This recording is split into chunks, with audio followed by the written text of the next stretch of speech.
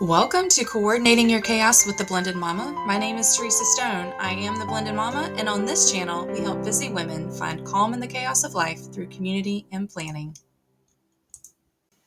Hello, friends. Hello, and welcome back to Coordinating Your Chaos with the Blended Mama. I'm Teresa Stone, your go-to paper planner coach and overall chaos coordinator. And today we are going to be talking about something near and dear to my planner loving heart. That is simplifying your planner setup. Because here's the thing, if your planner is too complicated to use, you're not going to use it. And my goal is for you to be using your planner. So if you fell in love with all things Tula 12 and jam-packed your planner with 8, 12 inserts, but now you're not actually using them, then this is the video for you, my friend. So let's walk through some practical, stress-free ways to simplify your setup without sacrificing what makes your system work and feel fun. So, first of all, before you even start customizing inserts, adding extras, ask yourself, what do I really need this planner to do for me? Okay, because we need to identify our core planner purpose. Like what am I trying to accomplish here? Do I need it for daily planning? Am I just trying to organize some things for my business? Is it a catch-all like family hub? Like what is the purpose for your planner? And once you define your purpose, you can stop overstuffing your planner with inserts that don't fit that purpose, right? You don't need them if it doesn't fit the purpose. You might need a separate planner for them. So that's a conversation for after. Okay. I'm not saying to throw the inserts away. I'm saying take them out of your main planner and let's put them aside and evaluate what we want to do with them. Okay. So you need to identify your core planner purpose. The second thing we need to do is choose only what you're actually going to use, right? So this is where my motto for this year of less is more comes in.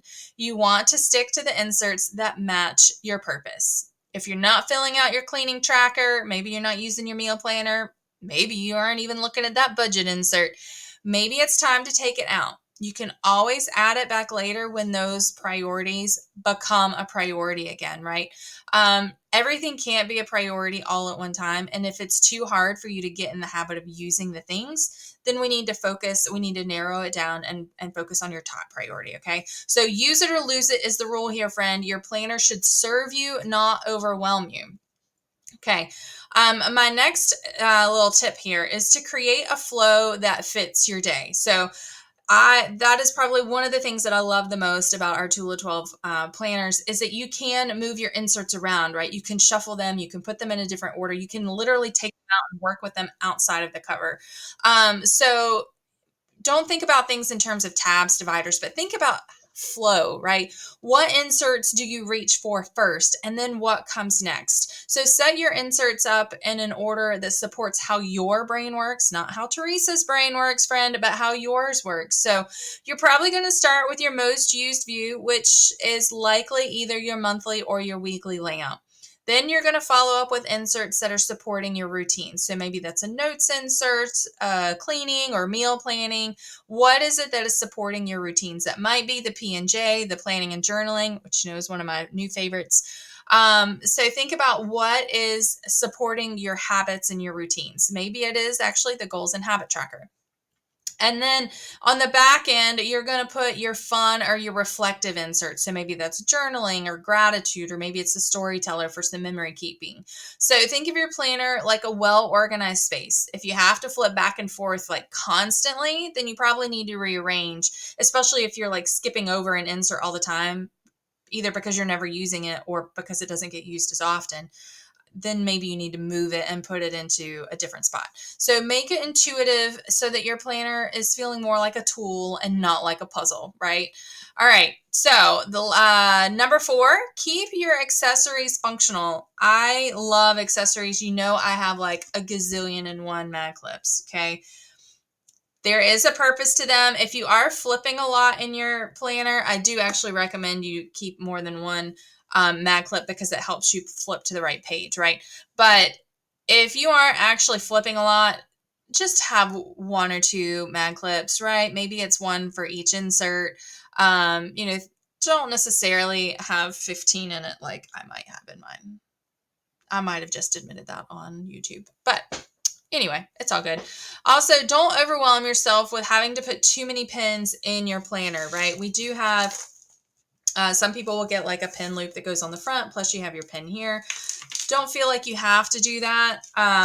Obviously, listen, I'm a fan of our zipper pouches for holding pins. I might have 2 or 3 of them. I mean, like they're all right here. You clearly see I love these. This is my favorite pouch. They are fantastic for holding all those fun pins, but it keeps it out of your planner so it's not overwhelming in your planner. You're not having to like write in them in a certain way so that things lay flat. You know what I mean, friends. And then also let's think about our functional sticky notes. Instead of having like 10 different kinds of sticky notes because you have all these different flags or whatever, just find the one that you're going to use the most and use that sticky note. You don't need to keep a million different sticky notes in your planner. I usually have one set. I don't actually have any in there at the moment. And if you don't like sticky notes, friends, these micro notepads are fantastic, and they fit in the front little pocket of, at least in the extra large, which of course is like, who uses something besides an extra large? And I'm just kidding. Okay. But they fit great right here. So that could be an alternative to a sticky note, because you can just use a little washi tape to make it stick. Okay. But cute and practical can totally coexist, but maybe you need to pare down on some of the accessories. I can't believe I'm even saying it. Like, I just can't. But maybe you need to. If you're like me and you love all the accessories and they don't bother you, then please, friend, feel free to keep them all.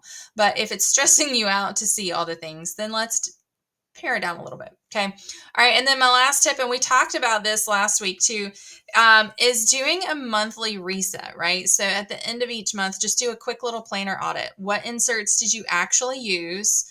What sections in your planner worked well? And what felt like clutter or never got opened. So toss what didn't work, refresh your layout with only what you need for the next month. You'll save time, you'll reduce overwhelm, and you're going to fall in love with using your planner all over again. And friend, that is what I want. Simplifying does not mean boring, friends. It means thoughtful, intentional, clear, focused, and a planner that is working is a planner that you'll use, and that's what I'm here to help you with. So let me know in the comments, what is one thing that you're going to simplify in your planner setup this month? And of course, like, subscribe, and share this with your favorite planning buddies, and I will see you guys next time. Thank you so much for watching today. Don't forget to hit that subscribe button for more tips and inspiration, and watch that next video to keep coordinating your chaos.